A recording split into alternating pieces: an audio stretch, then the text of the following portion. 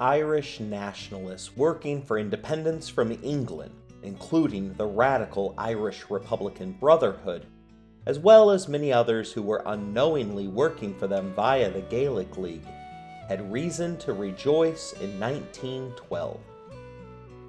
British Liberals in the House of Commons had attempted to divest power to the local Irish government twice before. This was a process known as Home Rule. Both times prior, however, the bills had been defeated. Opportunity for significant independence came again in 1911, when rules were changed to only allow the House of Lords, the body that had vetoed the previous two Home Rule Acts, to be able to only veto legislation for a maximum of 2 years.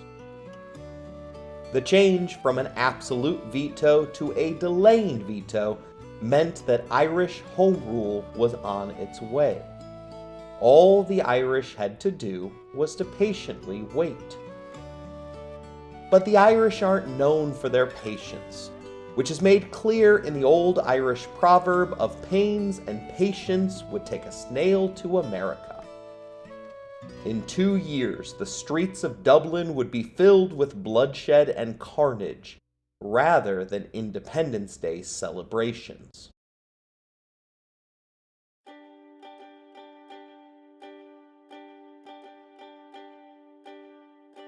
You're listening to Empires, Anarchy, and Other Notable Moments, a podcast designed for deep dives that assist in the teaching of history.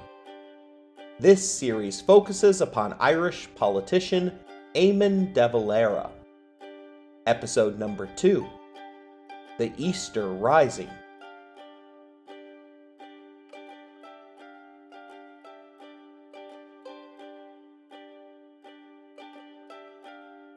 The third, and what was designated to be the final Home Rule Bill, reached the floor of the House of Commons on April 11, 1912. The northeast of Ireland, what is now the country of Northern Ireland, and what was then most often referred to as Ulster, opposed the Home Rule measures. The majority Protestants in the north feared that Home Rule was a first step to full independence, and they knew that they would become a clear minority within the new Irish government. The industrious North legitimately worried about a bunch of Catholic farmers imposing trade tariffs against England. One MP explained that Home Rule under the Catholics would be equivalent to Rome Rule. In what will turn out to be quite ironic to the story that we are telling, Ulster's James Craig, who will become the political leader of the North, hinted that being ruled by Germany might be preferable to being under the thumb of the Irish. The citizens of Ulster did not stop with rhetoric, however. They also prepared to fight. It was Karl von Clausewitz that said, "War is the continuation of politics by other means." In 1912, the Orange Order formed the Ulster Volunteers, a 100,000-man militia designed to oppose Irish sovereignty, even if that meant fighting their countrymen to preserve British hegemony. In response to and in anticipation of being needed to enforce Home Rule once it was finalized, the Irish Volunteers were formed in the south. Eamon De Valera was in attendance at the formation of the volunteer fighting force that happened at a public meeting in Parnell Square, Dublin, on November 25, 1913. He was 31 years old, and upon hearing the speakers, he added his name to the 3,000 others that had signed up. He faithfully said that this was the casting of the die. De Valera's attitude towards the cause of Irish nationalism and his attention to detail saw him progress through the ranks of the volunteers quickly. He rose to the level of second lieutenant, but when he was passed over for captain, the always suspicious De Valera suspected underhand methods were at play. His men, however, managed to correct this slight by unanimously electing him captain of the 3rd Battalion in August of 1914. Tensions were rising in Ireland as the date of Home Rule approached. 3 months earlier, the Ulster Volunteers had successfully smuggled 24,000 rifles from Germany. Not to be outdone, the Irish Volunteers succeeded in smuggling 900 German rifles for their own cause in June. It appeared that Ireland was about to explode into a civil war. But the shot heard around the world did not originate on the Emerald Isle. On June 28, 1914, Austria-Hungary's Archduke Franz Ferdinand was assassinated by a member of the Serbian secret society, the Black Hand. On August 1st, Germany declared war on Russia and then subsequently against France on August 3rd. Everything changed with the outbreak of World War I. The Home Rule Bill was still passed, but attached to it was the Suspensory Act of 1914, which signaled an agreement between the leading British political parties to not bring Home Rule until after World War I was over. Although it sought to limit tensions by postponing Home Rule, the Suspensory Act had the opposite effect for both Irish fractions. The MPs from Ulster walked out of the House of Commons, while the Irish Republican Brotherhood began planning for war against England.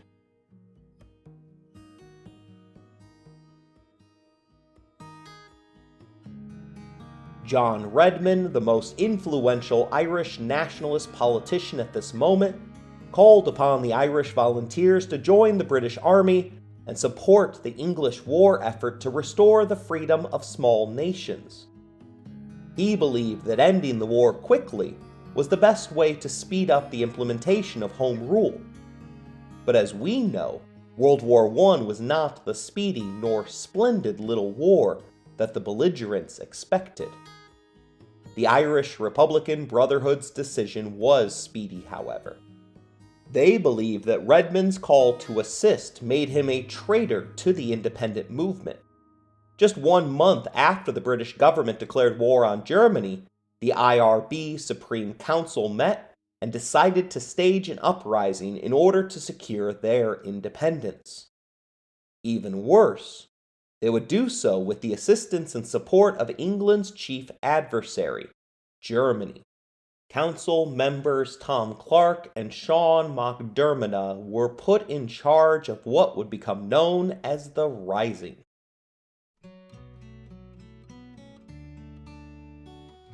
For the next year, Eamon De Valera knew nothing of the planned rising.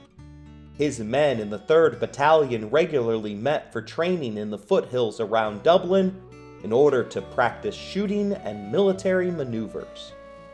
A shortage of guns, ammunition, and incendiaries regularly meant that they were just running around in the woods throwing rocks at each other. On one occasion, the mission was to recapture a stray donkey named Kaiser. One of the lectures that the volunteers sat through, however, involved concentrated street fighting tactics for cities like Dublin. De Valera was the only battalion commander in Dublin who wasn't part of the secretive Irish Republican Brotherhood. Patrick Pearse had vouched for him, however, saying that as a soldier he would always obey his superiors. The IRB was said to have liked De Valera because he did not have a wide circle of friends, nor was he very talkative. On March 13, 1915, De Valera was informed about the plans for the rising. He recalls that he was the only one at that meeting who did not expect to survive. Afterwards, the normally cheap De Valera went out and bought a carbine semi-automatic pistol that was named Peter the Painter, after a famous anarchist in London. As the date for the rising neared, De Valera complained to his IRB contact that it was wrong that some of his subordinates who were IRB members knew more information than he did, and expressed fear in having to serve two masters. In this case, the executive of the Irish Volunteers, as well as the IRB Supreme Council. MacDonagh, his contact, laughed heartily and said it wouldn't be a problem, as the executive was already controlled by the IRB. The deeply suspicious De Valera had found himself deeply entangled within a conspiracy. Still wanting to reconcile his own feelings, he reluctantly agreed to be sworn into the IRB, with an understanding that the oath would require him only to follow the orders of the Volunteers executive. As you will come to see, the wording of oaths was incredibly important to him.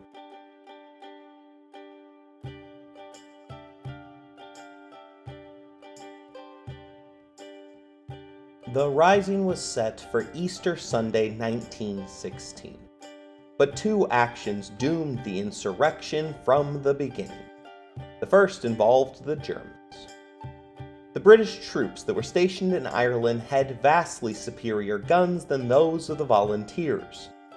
Knowing that they would have less men at the start, they felt that they needed to at least have better rifles. The plan was to receive an illegal arms shipment from Germany, which hoped that an uprising would draw England's attention away from the front, requiring them to shift their forces to Ireland. The Odd was a German gun-running steam cargo transport disguised as a Norwegian ship. For the rising, it was carrying 20,000 rifles, 1 million rounds of ammunition, and 3 machine guns. The ship arrived on Good Friday, April 21st, a day earlier than had been expected. To the ship captain's dismay, there were no volunteers at the port waiting to meet him to unload the contraband. Worse for him, the Odd had been secretly tracked by the Royal Navy during the entire journey. The captain of the Odd scuttled his ship, and to this day the seabed remains littered with ammunition. Sir Roger Casement arrived later that day for the scheduled pickup, and was arrested and executed for treason, the first victim of the rising. The failure to procure the desperately needed weapons accelerated the fear in some of the planners, which directly triggered the second reason that doomed the rising. The Irish Volunteers' leader was Eoin MacNeill, and although he was a staunch nationalist, when you compare him to the members of the IRB Supreme Council, he comes off as a moderate. The IRB kept the plans for the rising secret from MacNeill until the last minute. He was willing to fight, but he wanted it to be in response to an unjustified British action, such as introducing conscription.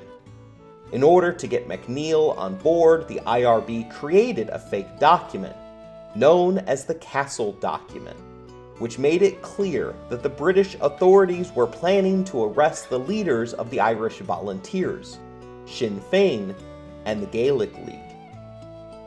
MacNeill was fired up to oppose the British, but then got wind of the real plans for the weekend's rising. Furious at being left out of the decision-making process, MacNeill issued a cancellation order for all military maneuvers and parades that had previously been scheduled for Easter Sunday. He published it in the front pages of a number of Irish newspapers. Since the rank and file had not been told the truth behind the planned maneuvers, many believed that this was simply a cancellation of their normal everyday Easter parade duty. On Easter Sunday morning, the IRB met to decide what to do in light of MacNeill's countermanding order. Unbeknownst to them, the British had just finished hosting their own meeting to decide what to do, as they were privy to most of the plans at this point in time. They mistakenly decided that the arrests of the insurrectionist leader should wait until after the Easter celebrations were completed. The IRB had no intention in waiting, however, and they only delayed the rising by a day, shifting it from Easter Sunday to Monday. Additionally, at this meeting, they decided that the Irish Volunteers and the Irish Citizen Army would be renamed as the Army of the Irish Republic, and elected former schoolmaster Patrick Pearse as their president and commander-in-chief. New orders for Monday were sent out to all unit commanders. Still, those leaders had trouble getting the word out to their commands, as many had left for vacation as soon as the cancellation news had hit the front pages. De Valera's paranoia was evident throughout the rising. On Holy Thursday, he slept at home, but fully clothed with his automatic pistol by his side. On Friday and Saturday, he slept at the house of his lieutenant to avoid any possible arrest. He refused to tell his wife anything that was going on, and it's said that she had no idea until she was informed that there were members of the Volunteers inside St. Stephen's Green digging military trenches. McNeill's cancellation and the subsequent shift from Sunday to Monday meant that only 130 of De Valera's 500 men arrived for the event. The 3rd Battalion, regarded as one of the worst within the Volunteers, was assigned to Boland's bakery. The 3rd will be one of the last battalions to surrender on Sunday, 6 days after the rising had begun. While we'll focus on Eamon's performance in the rising, we are going to step away from his individual actions and look more broadly at the story of the Easter Rising. At the foremost of the many sources that I will rely upon for the telling of this story is the work of Derek Molyneux and Darren Kelly, who wrote When the Clock Struck in 1916. The two authors are not classically trained historians, but managed to bring the battle to life with their intimate knowledge of the streets from their hometown of Dublin.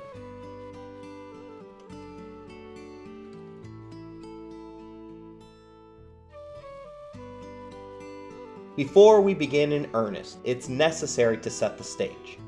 Remember that England is more than a year into fighting World War I in 1916. In just a couple of months after the events that we detail here, the Battle of the Somme will begin, and the British will lose 60,000 troops on the first day and 420,000 troops overall in just that battle.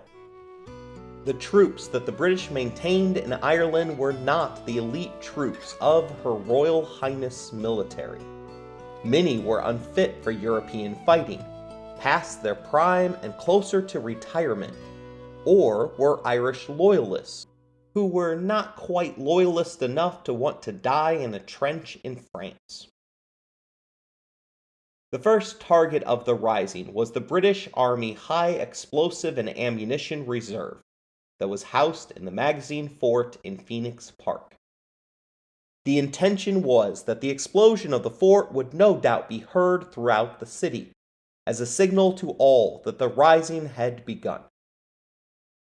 The fireworks were to start at noon, but at 10 a.m., no volunteers had reported for duty. Lieutenant Daly had the bombs for the mission, but no soldiers to carry it out. Daly did what any Irishman in 1916 would do faced with the situation. He got on his bicycle and cycled over to find James Conley, who issued a written order that each rebel battalion should donate 6 or 7 men to Daly's special force.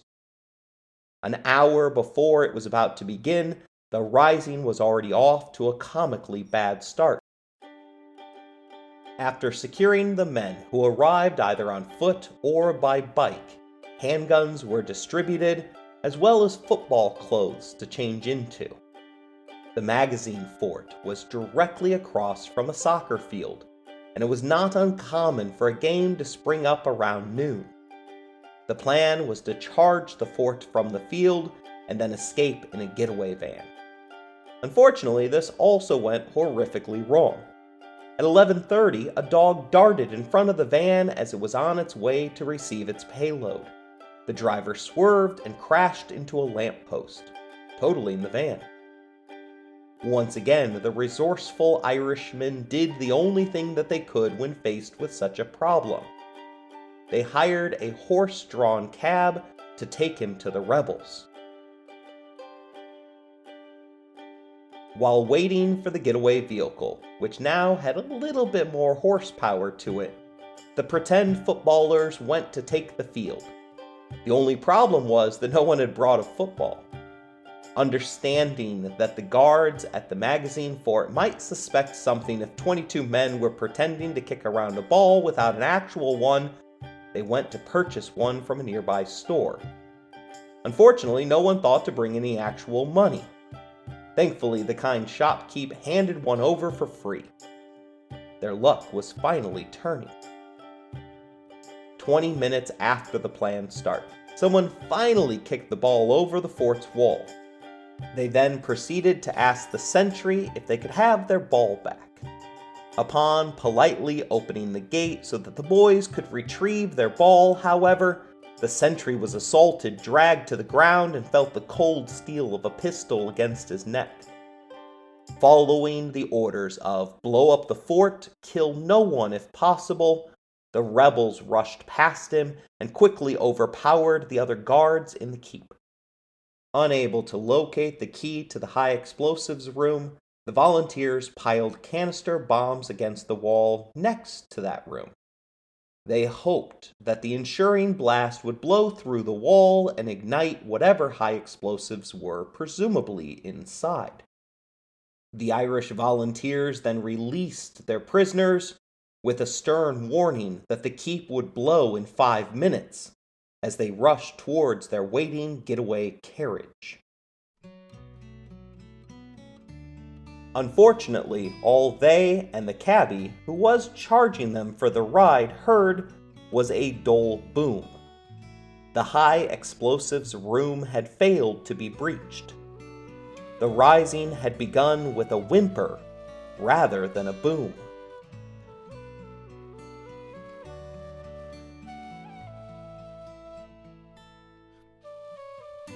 The first intense fighting began around Dublin Castle, the seat of the British government in Ireland, as well as the gateway to the buildings that made up City Hall. Captain Sean Connolly led 40 men plus a handful of women, some of whom were combatants, while others served as message dispatchers and nurses. City Hall had been built in 1779 and stood just outside the gates of Dublin Castle. Commander James Connolly saw his brother off with the statement, "Good luck, Sean, for we won't meet again."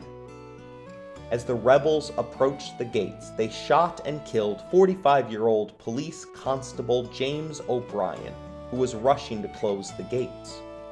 Once inside, they cut the communication cables, but the British were just able to run to the nearby telegraph office to signal to London that a rebellion had begun. How could they have planned so much but failed to see this simple workaround? The rebels had planned to take the telegraph office, but the insurgents that had been assigned to the task were incorrectly informed by a random lady on the street that the office was full of military men, and therefore they decided not to press their luck. The insurgents did manage to take City Hall, and began to fortify it with anything that they could find. Within 3 hours, the British 3rd Cavalry Brigade arrived, and the fighting began in earnest. In most of these battles, the difference will come down to 2 things. First, only the British had high-powered machine guns. These were set up like cannons, and once set up, the Irish had no answer for them. Second was the sheer amount of men that the British could throw at the insurgents.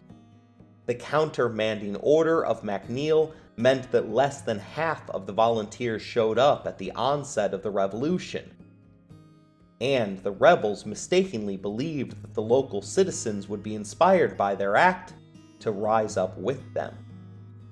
This part of the rising unfortunately never came to fruition. The 3rd Cavalry Brigade had 1,000 men to the rebels' measly 40. Shots ricocheted throughout City Hall like pinballs, bouncing off the internal stone pillars where the Citizens' Army's men and women crouched helplessly under the barrage. Believing that they were safe to press the advantage, Loyalist troops marched out of the gates of Dublin Castle in bunched-up formation, making easy targets for rebel sharpshooters set up in outposts along street corners. The unprepared British forces were immediately surrounded on all sides by 3- and 4-story buildings, with each window full of Citizen Army rifles that blasted their enemies relentlessly and without pity. They were forced to beat a hasty retreat, leaving 20 dead in the streets. Not wanting to risk another frontal assault, the British pulled the blueprints for City Hall and emerged behind the building through the cellars. Once inside, they lobbed hand grenades towards the rebels' positions.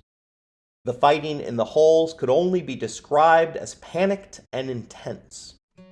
At one point, 2 British forces ran headlong into each other, each mistaking the other for the rebels. They slashed and stabbed each other with their bayonets, while the Irish fired down upon them from the floor above. Trapped up there, they were momentarily saved by Ginny Shanahan, a volunteer that was not in uniform and had been mistaken for a prisoner. Upon her release, she told the British that there were hundreds upstairs, big guns and everything. In reality, there were about a dozen exhausted rebels remaining on the roof, with little food or water and even less hope for survival. With the enemy contained on the roof, the British decided to wait them out. And at midnight, Captain Elliotson was given fresh orders to take 100 men and his machine guns to occupy the Shelburne Hotel, to face another group of rebels that had set up at St. Stephen's Green.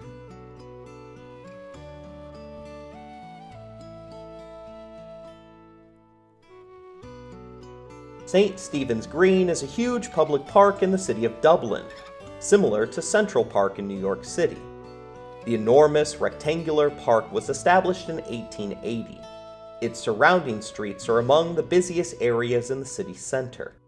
With 11 different openings, the green was always going to be difficult to hold. The volunteer assault on the green began at Davy's pub. In response to being told to pay their tab, a young rebel replied with 5 minutes' notice for everyone to exit the pub or be shot. 42-year-old Michael Mallon, an Irishman that was a British Army veteran, was given the task of taking the green and holding it for its precious supply of fresh water. His second-in-command is one of the most interesting figures in all of history, the flamboyant 48-year-old Countess Constance Markievicz. The Countess was born in London to Protestant parents. Her father was a knighted Arctic explorer, and her grandfather was accused of either starving his Irish tenant farmers during the potato famine or packing them into coffin ships to emigrate off his land. She became a countess when she married Polish royalty in 1900. 3 years into the marriage, the couple moved to Dublin, where Constance took up a career in painting. Those pursuits, plus time spent at her local salon, connected her to Irish nationalists, and in 1909 she founded a nationalist youth brigade that offered weapons training to both boys and girls. Look up any picture of the Countess, and you will find her posing for professional portraits with her gun. She radicalized easily, and was first arrested in 1911 for attempting to burn the Union Jack. Despite her aristocratic upbringing, she was more than just talk, and was always willing to act on her beliefs. During the 1913 strikes, for instance, she took out loans and sold her jewelry in order to buy food for striking families, as well as to run a soup kitchen for poor school children. In 1913, her husband moved back to Ukraine, and while he would never return to Ireland, they wrote letters to each other, and he was by her side when she died after complications from an appendicitis. Speaking of her feminine sensibilities, the second in command for the day followed her own fashion advice of dress suitably in short skirts and strong boots, leave your jewels in the bank, and buy a revolver. The volunteers arrived at the park early Monday morning and commenced barricading the gates, taking over buildings that would serve as outposts, and digging trenches. The first casualty in the park was a 29-year-old police constable who was trying to climb over one of the blockades.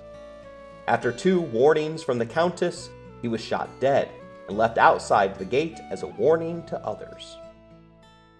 Their main objective was to prevent the British from rushing troops to the other locations from nearby Portobello Barracks, which was about a mile to the south.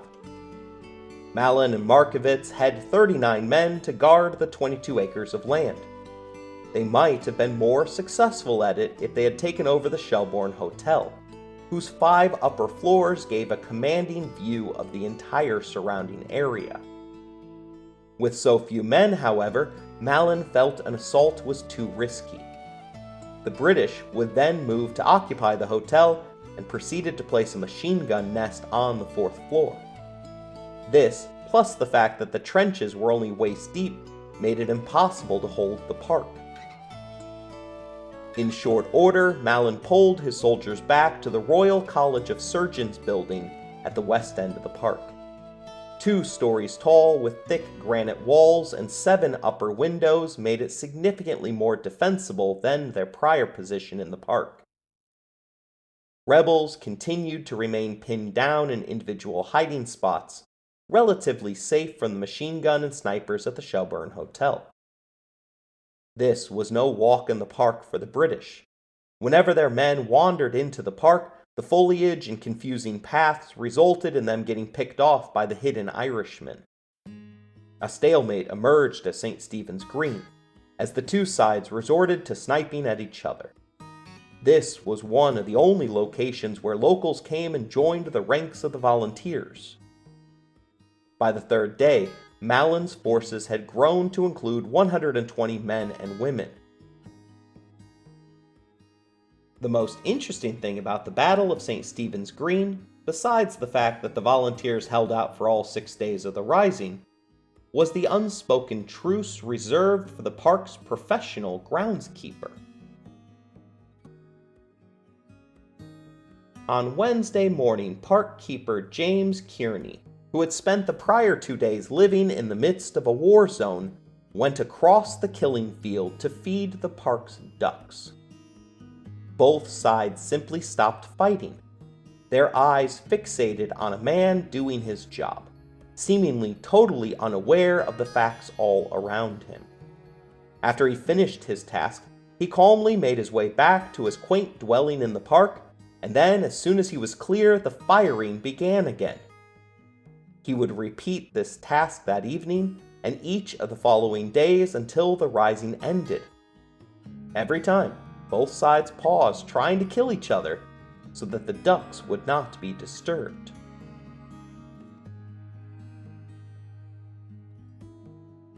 Death was all around the green that week, including from the rifle of Margaret Skinner, who had repeatedly run the increasingly lethal gauntlet of British snipers on her bicycle to deliver messages. With encouragement from the Countess, she exchanged her civilian clothes for her volunteer uniform, grabbed a rifle, and proceeded to hit a target 300 yards out with her first shot. 6 more men would fall to her aim. Women also aided the volunteers to resist their greatest threat, hunger. The soldiers had each arrived with rations designed to last for 24 hours. The Surgeons' College did not offer up much in the way of edible supplies, although oddly enough there were 80 rifles found stored in its basement. Women throughout the 6 days of the Rising hiked up their skirts and risked enemy fire to go out and bring back any food that they could find. This included buying supplies from local shopkeepers who had decided that it was safer to keep their stores open than to simply lock their doors and hope for the best. A full assault on the college never occurred, as the other positions around the green slowly fell one by one. Captain Elliotson of the British was perfectly content to keep these rebels contained exactly where they were.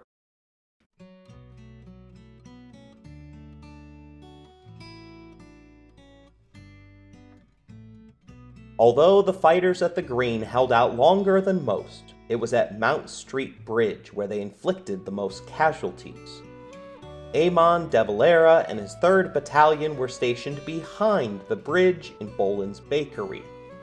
His was the furthest back of 3 positions for this location.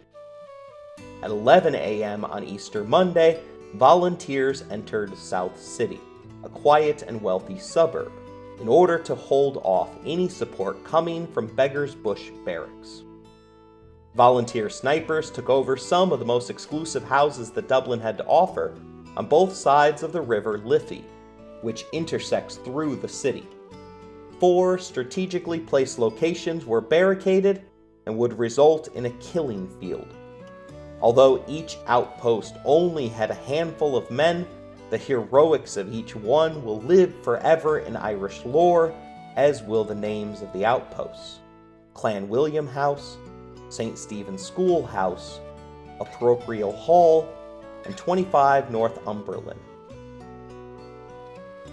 At 2 p.m., a patrol emerged from Beggar's Bush Barracks and was efficiently turned back by the Irish. The troops were part of the Gorgius Rex Home Defense Force, but due to the fact that its members were all close to retirement, the force had been given the derogatory nickname of Gorgius Rex. Amazingly, the patrol did not even have their guns loaded when they walked into the ambush. After the initial repelling of the Rex, there wasn't much work to be done for this crew on Monday, as City Hall and the Green attracted the immediate attention of the British Defence Forces. Lieutenant Malone and Seamus Grace were the lone rebels stationed at 25 Northumberland. Malone was armed with a Peter the Painter Mauser semi-automatic pistol that could be held like a rifle, but had a quicker rate of accurate fire. Clan William House had 5 men, with 3 remaining barricaded at the front windows and 2 on each side of the house to check fields of fire. The calm ended for this portion of Dublin at 4 a.m. on Wednesday. The 59th Midland Infantry Division of the British Army had been dispatched from Liverpool. Most of these men were raw recruits who truly believed that they had landed in France rather than Ireland. The young men were flabbergasted at how well the locals spoke English, in response to them saying, "Bonjour, mademoiselle." The 59th had left England so quickly that they had forgotten all of their heavy weapons dockside, making this one of the few locations where the weaponry was evenly matched. A large portion of this group was made up of the Sherwood Foresters, a particularly incompetent group that had thus far only received a few weeks of training. As the Sherwood Foresters reached the junction, Malone and Grace let loose, and the crossroads between Clan William House and number 25 became a scene of carnage, as Malone's Peter the Painter did its gruesome work. Every squeeze of its trigger was met with the horrific sight of hands clutching at wounds and screams filling the air. The Foresters had prepared for trench warfare in continental Europe. Here they found themselves in the leafy suburbs of South Dublin, on cobbled streets, with intense, close-range, high-velocity fire coming from several directions at once. The 3rd Battalion in Boland's bakery provided little assistance with the onslaught that was happening half a mile in front of their position. At 8 a.m. on Wednesday, the gunboat Helga had arrived on the River Liffey and proceeded to level the empty Liberty Hall. which the British had mistakenly believed housed rebel forces. The attack on Liberty Hall was so surprising that the garrison at the post office, the headquarters for the rebels, mistakenly believed that they were under attack. Boland was hit by a few stray shells, and De Valera was forced to come up with an ingenious idea. Next door to the bakery was a huge distillery, and on Thursday, Eamon ordered his men to climb the tower to place the Irish Republican flag on top of the building. Luckily, one of his men had come to the rising with a pike rather than his rifle, and they used it to hang the flag high and proud for all to see. The Helga spent the majority of its day on Thursday diligently destroying the empty distillery with the flag on it. As the day went on, the warship only grew more frustrated, as they were only able to blow the flag askew rather than removing it. As he grew older in age, De Valera was known to have regularly embellished this particular story, telling his children that he personally led the mission to hang the flag. He would describe his midnight run while fearing for his life in the face of enemy sniper fire, as well as his efforts at climbing a ladder, despite his well-known fear of heights and poor eyesight. Why he felt the need to embellish is unclear, but the order probably saved the bakery and De Valera's men. Communication was rare between Boland's bakery and the men defending Mount Street Bridge, because De Valera had dismissed all of the women that were running dispatch messages across the city. This meant that he had cut himself off from communicating with the rest of the forces. If he had received dispatches, he would have been proud at how the rebels were holding up this far into the rising. From his own vantage point, British corpses littered the road at the junction, and many wounded that had been abandoned groaning in agony throughout the warm afternoon.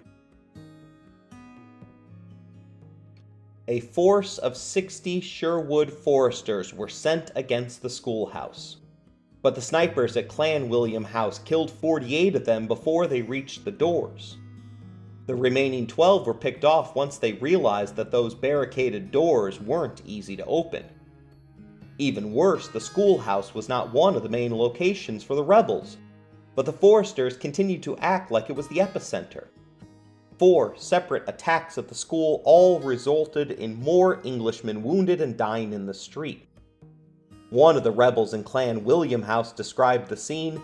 As far as the eye could see, there were khaki-clad troops behind hedges, trees, and garden steps. Without making any progress, the brigadier colonel telephoned General Lowe to inform him of the lack of progress. Unfortunately for him and his men, the reply was to take the bridge at all costs.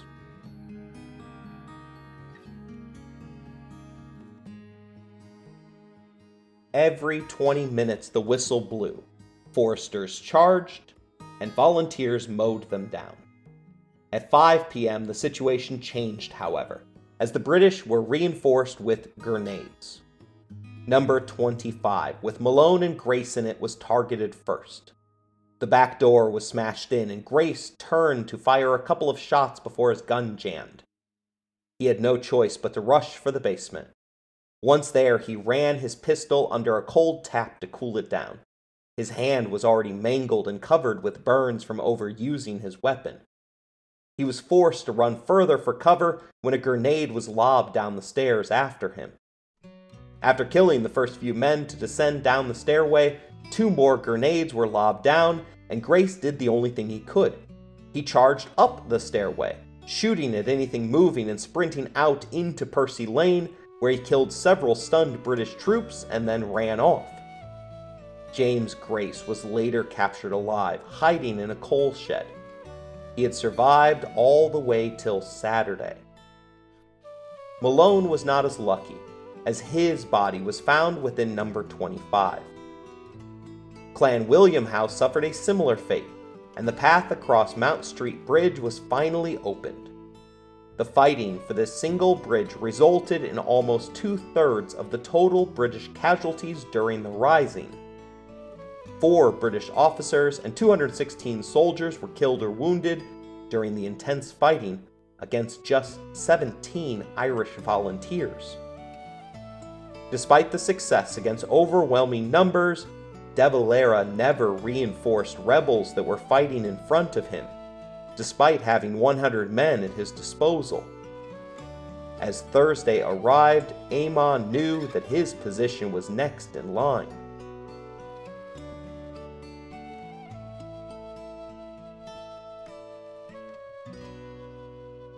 But the one in front of him was not the only battle raging.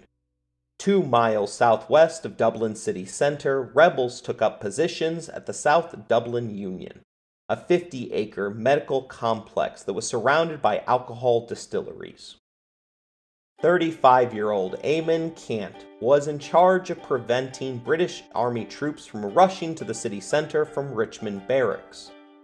The battle plan at the beginning of the rising involved breaking in and taking over Jameson's Whiskey Distillery, Watkins Brewery, and Rose Distillery. Jameson's main building was several stories high and had all-around visibility and excellent defensive cover. It was and remains a fortress-like structure in Dublin. 40 volunteers eagerly took the distillery. The Irish rebels then attempted to clear out the area of civilians, even knocking on the doors of a small convent in the center of the Union grounds. The armed volunteer was taken aback when an elderly nun answered the door and asked if he had come to read the gas meters. His reply was, "No, sister, but we are in a hurry." The rebels first encountered the British 3rd Battalion Royal Irish Regiment, a force made up of Irishmen who had just returned from service in France. As they proceeded with haste to the under-attack Dublin castle, they were met with sniper fire from the rooftops. The small alleyways in this complex funneled the attacking forces for the sharpshooters. Robert Holland was the most lethal shot in the Union center, working to deliver a never-ceasing cascade of killing blows, as a female member of the Cumann Boland worked side by side with him to continuously reload his spare rifle while he fired his main one. Whenever the British felt like they were making ground, they became lost in the maze of back streets, while volunteers would appear suddenly at windows, firing, and then quickly redeploying to another vantage point to fire again. At one point, the Loyalists chased volunteers through the Union Hospital. As they went through the building, however, the volunteers would pop out of doors that they already passed in order to hit and then run. Towards dusk at the end of the first day, the volunteers offered a ceasefire so that the dead could be collected. The Loyalists replied that there could be no negotiations as all of their officers were dead. The next day, the British brought in cavalry lancers to attack Jameson's distillery. Unless you're Don Quixote, one has to wonder about the wisdom of sending horsemen to charge a whiskey factory fortress down narrow streets lined with sharpshooters 3 to 4 stories above you. Bones of humans and animals alike were heard shattering under the bloody and grotesque impacts of the Mauser rifles of the insurgents. The position at Jameson's distillery was so strong that the other forces positioned in Union Center retreated to it in the early hours of Wednesday. Wishing to reach the doors without incident, their commander ordered his men to remove their shoes, so as not to make any noise. Rebel Thomas Young enlisted the help of his mother, who lived nearby, with a request to bring as many overcoats as she could find to help conceal their weapons. They even managed to steal 3 cows from an unsuspecting boy who wasn't paying attention as he herded them through the city. The poor boy had to ask the volunteers if they had seen his heifers, to which Thomas replied that no cattle had come this way. Kent, the Union Center commander, was eventually caught in the fighting on Thursday and was arrested after the British used grenades to tunnel through the walls in order to reach his outpost. Similarly to what happened in St. Stephen's Green, the British forces decided that the Union area wasn't worth the blood price and retired their forces to other parts of the city by Friday.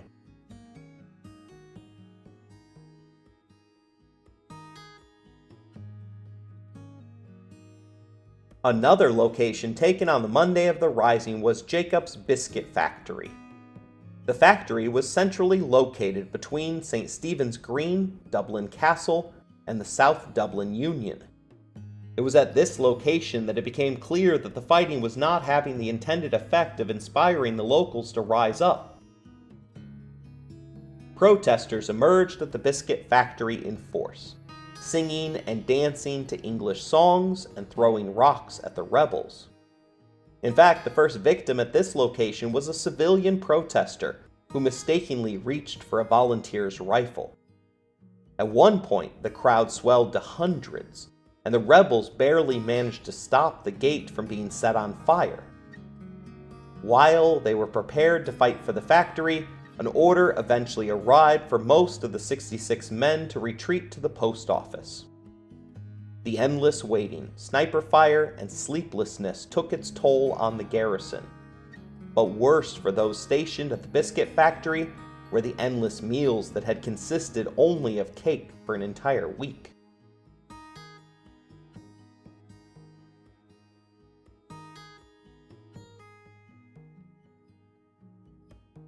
The rebels did have a retreat planned through the four courts, but unfortunately it became overrun by Tuesday. They were not the only ones who had their plans ruined, however. Pinned down by snipers in a church bell tower, volunteer Padar Clancy did not want to wait around to have his time card punched. He and Thomas Smart climbed over their own barricade carrying cans filled to the brim with gasoline. They sprinted across a bridge while soldiers on the far side took aim. Neither they nor their fuel canisters were hit, and after their mad dash across the open stretch of road, they managed to pour the gasoline through the windows of a nearby house and set it alight. The fire spread across Cusher's Quay, destroying 2 houses and forcing the British to abandon the entire block. For time, we'll leave the four courts for now, but we'll return to them in a later episode, as these buildings play a significant role in the outbreak of a different war in Ireland. The partial abandonment of the four courts on Tuesday was unknown to the Central Command at the General Post Office. Besides being blind to what was going on around them, the four courts had been viewed as one of the few places that the rebels were holding, and therefore became the prime spot for headquarters to retreat to. Let's turn our attention finally to that post office, a building known as the GPO, to examine the chaos that surrounded the command center and the official headquarters of the Irish Republic.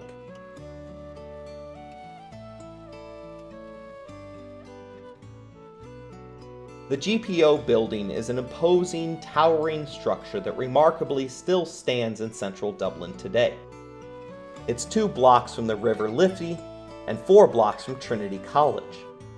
The building, which was built in 1818, serves as the divider between Lower and Upper Sackville Street.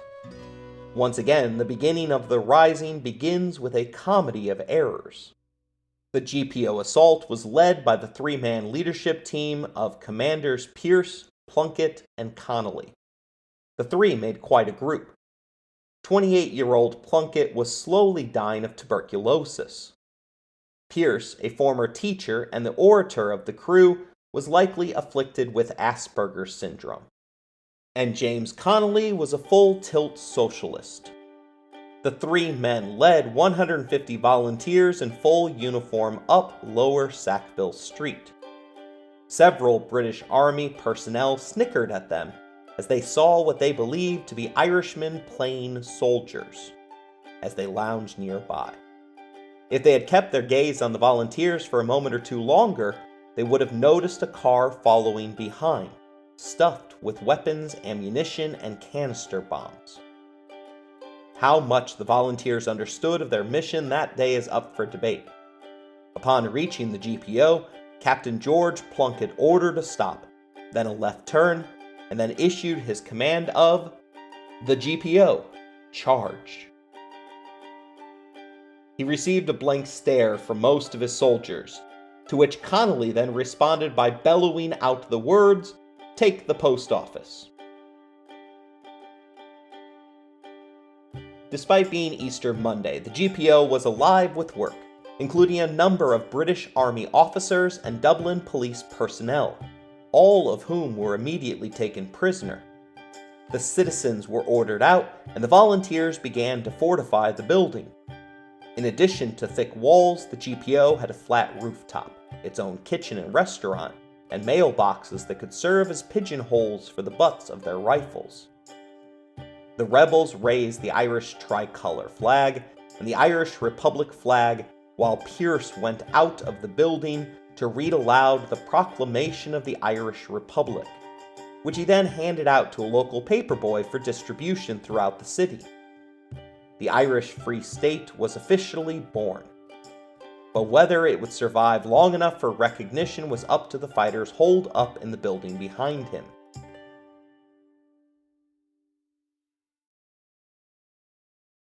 The first to respond to the storming of the GPO was a 30-man reconnaissance patrol of the 5th and 12th Cavalry Lancers. They observed the flags and began a slow trot towards the post office. The volunteers understood this task better than their initial one, and within seconds had formed two ranks, one kneeling in front with bayonets fixed to their rifles. They fired their first volley before the command was given by Connolly, but the second volley found their marks and killed 4 Lancers and considerably more of their horses. The growing crowd began to panic at the sight of the violence and the sounds of several horses perishing in agony in front of them. Unprepared for resistance, the Lancers turned away to await reinforcements. This portion of Dublin contained many of the city's worst slums, and the stunned silence on the street quickly turned to looting. Connolly and Pierce did everything that they could to stop the looting, but the impoverished crowd were more interested in the economic opportunity rather than the cause of the Republic. As the British retreated, the volunteers took control of the surrounding buildings to use as outposts and began to tunnel through them so they could move freely about the area. The Lancers' reinforcements came via the Kingsbridge railway station, 2 miles to the west. The British had shipped 1,600 troopers into Dublin, including 400 which were immediately sent to the post office, and the remainder being sent to defend Dublin Castle, which is where the fighting had spilled over from the football pitch. More loyalist troops issued out of Trinity College, which hosted an officer training corps and served as the check-in point for British soldiers who were on leave in Dublin. The forces assembled against the rising therefore included soldiers from South Africa, Canada, Australia, and New Zealand.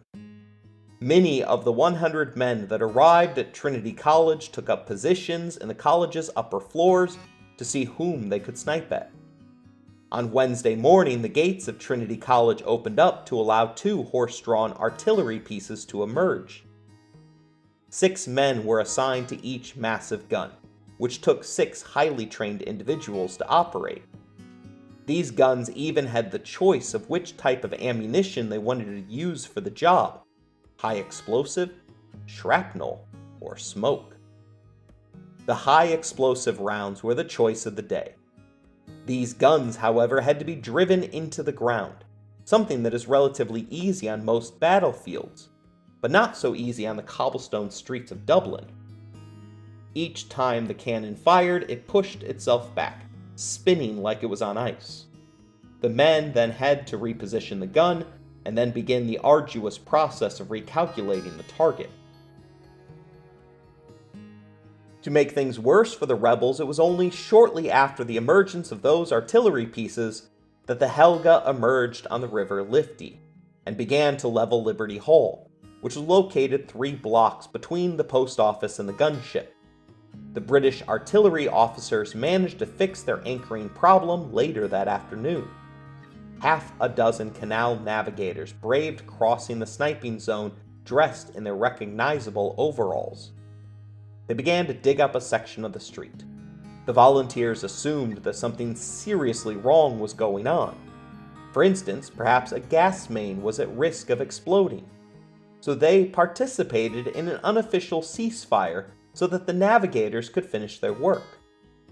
Unfortunately for them, these men were actually British artillery officers who were just dressed up as navigators.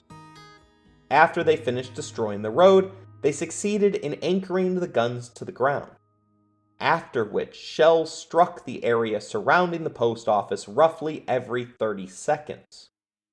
The rebels' water supply became jeopardized after the building's water tank was mistakenly hit by a machine gunner who repeatedly attempted to cut to pieces Connolly's Plough and Stars flag, a symbol of Irish socialism.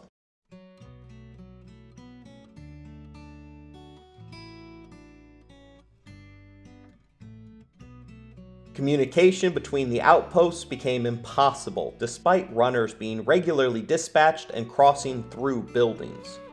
It got so bad that the commanders in the GPO resorted to inserting messages into a tin can attached to twine that they strung across Sackville Street. Things started to turn even more for the worse at the GPO on Thursday. The Irish Times printing office burst into flames after being struck by artillery shells. The fire spread to multiple buildings, and volunteers had no choice but to evacuate the entire block around the Dublin Bread Company, which was 2 blocks away from the post office. The fire leveled buildings and succeeded in creating a clear line of sight to the post office from the Helga. By the end of the evening, it was becoming clear to Connolly that they could not hold the post office.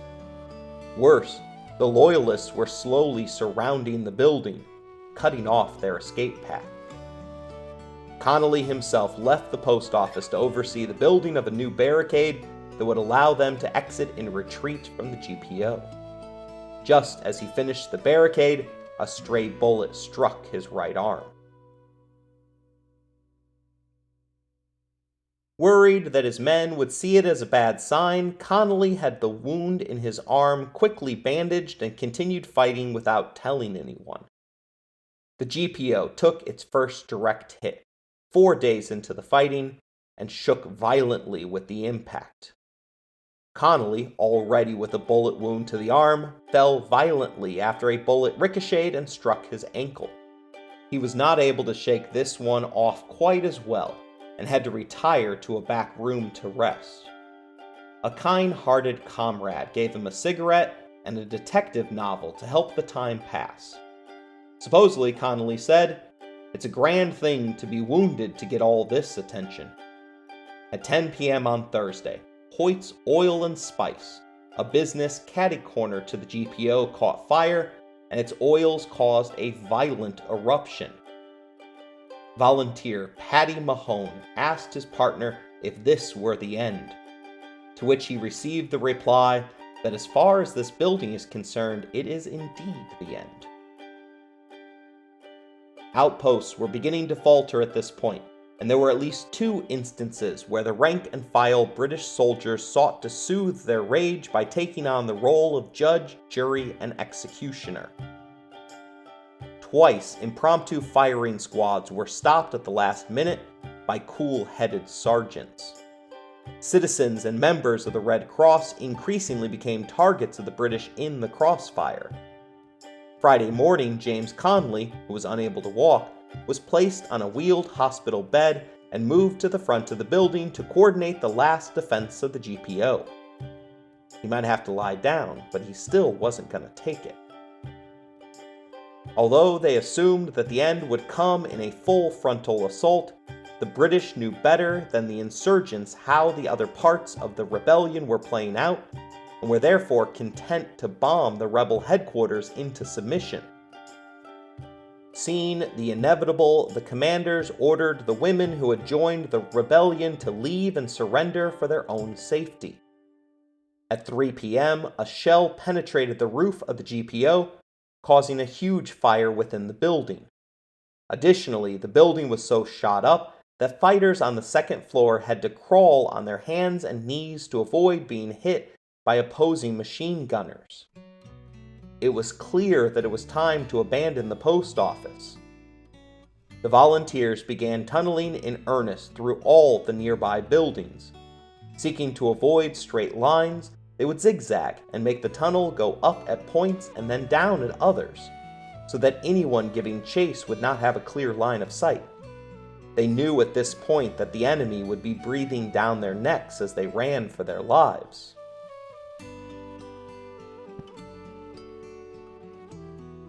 Once they realized they were surrounded, however, the rebellion's leaders decided to take a different course of action. Instead of running away, they would run towards the enemy. The leaders decided to take over the Williams and Woods Sweet and Soap Factory as the new headquarters for the volunteer army. Besides the immense size of the factory, it was decided that the building would be deemed too close to the British positions for them to utilize their artillery advantage against the building. Michael Joseph O'Rahilly, who went by just the O'Rahilly, was chosen for the job. Despite his bravery, it ended up being a suicide mission for the O'Rahilly and his 30 men. They charged a machine gun nest through no man's land. The guns whistled rounds 700 meters per second into and through O'Rahilly as he was shot open diagonally from shoulder to hip. Incredibly, despite his wounds, he survived for 19 hours. Albert Mitchell, an ambulance driver, found O'Rahilly miraculously still alive on Saturday after the surrender had occurred, and medics were thus allowed to make their way freely through the previous week's carnage. According to Albert, he wasn't allowed to treat the man, as he was guarded by a young English officer who informed him that his captive must be someone of importance, and the bastards are leaving him there to die of his wounds. It's the easiest way to get rid of him. The O'Rahilly's last strength was used to write a farewell letter to his wife, a letter which he ended with the statement of, "It was a good fight."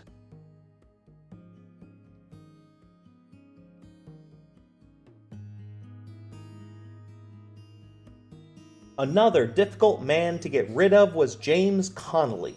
Already shot in the arm and the ankle, the bedridden Connolly was being stretchered through the intricate tunnel system.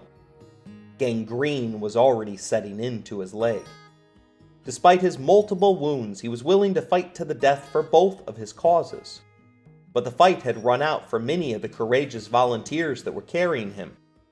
Connolly witnessed this as his men tunneled into Arnott's department store and proceeded to begin to discard their volunteer uniforms and weapons for less conspicuous clothing in their attempt to get away.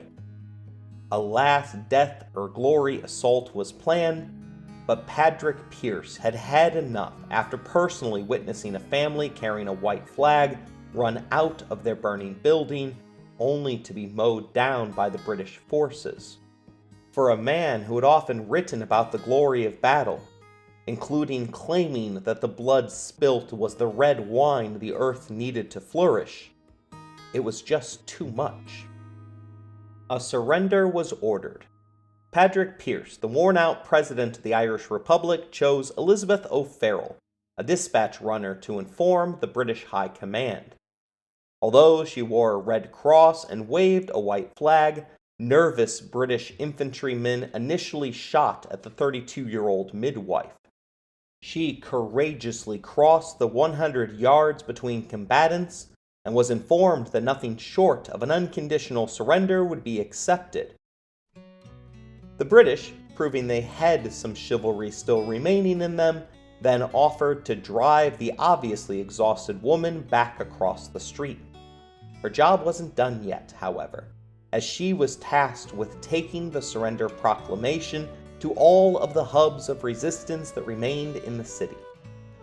This included the Four Courts, Jacob's Biscuit Factory, the Royal College of Surgeons, South Dublin Union, and De Valera's Boland's Bakery.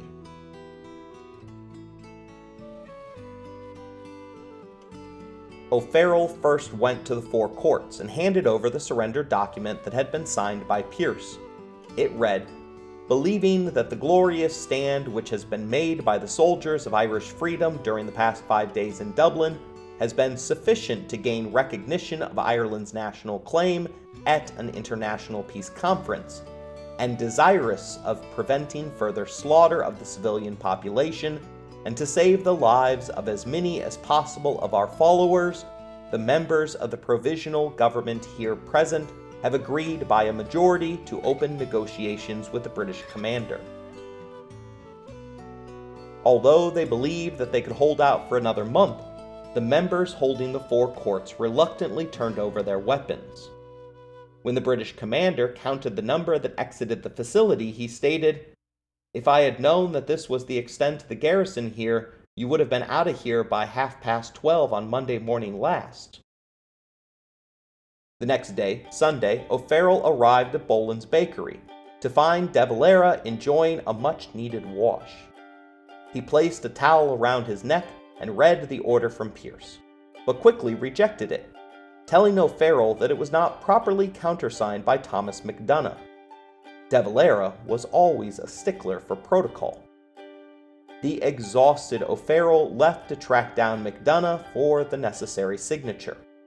A mile into her search, she found the Countess, who presented her to Michael Mallon in the Royal College of Surgeons. Although they had surrendered zero ground since Tuesday morning, his men in the park's trenches had reached the point of starvation, and he accepted the order. Upon which Markievicz removed her pistol from its holster, kissed it, and handed it over to the British. MacDonagh was then found in the biscuit factory and countersigned the order for De Valera. When she arrived with a properly signed order, it had already become clear to De Valera that the original order had been true, and he ordered his men to immediately stand down.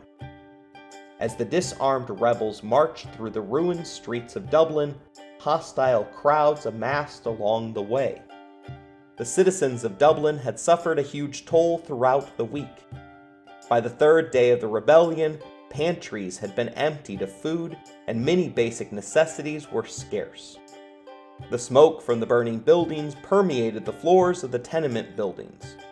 The sounds of gunfire, grenades, and heavy artillery were all around them, which thankfully masked the sounds of the wounded that had been abandoned in the streets. When the rebellion ended, a different kind of battle began to be waged, as medics treated the wounded and the dead were collected off the pavement. The Dublin Fire Brigade attacked the still smoldering wreckage of buildings throughout the Sackville district. Soldiers began to methodically search for unexploded shells, as well as abandoned canister bombs that were left waiting as unsuspecting death traps. Almost 3,000 had lost their lives in the conflict, and thousands more had been rendered homeless. Several hundred civilians were buried in a mass grave at Glasnevin Cemetery for fear that their remains would cause an epidemic in the city. The rising would leave scars all over Ireland, but the planned rebellion did not successfully spread throughout Ireland. In Wexford, the rising occurred without bloodshed, as 1,000 of the insurgents greatly outnumbered the British forces.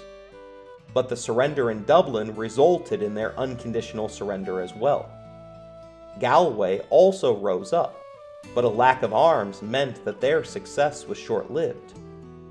2 British cruisers arriving in port on Friday convinced them to disperse. In Limerick, Clare, and Fingal there was a rising, but with little bloodshed, and without support from Dublin, they each ended quietly. The rising was unsuccessful at delivering the Free State of Ireland. but it made heroes and martyrs out of all of those involved. Soon, De Valera will go from a minor, erratic battle commander to the leader of Ireland. From there, he'll be able to dismantle the state and slowly redesign it in his own image. The Rising was only the beginning.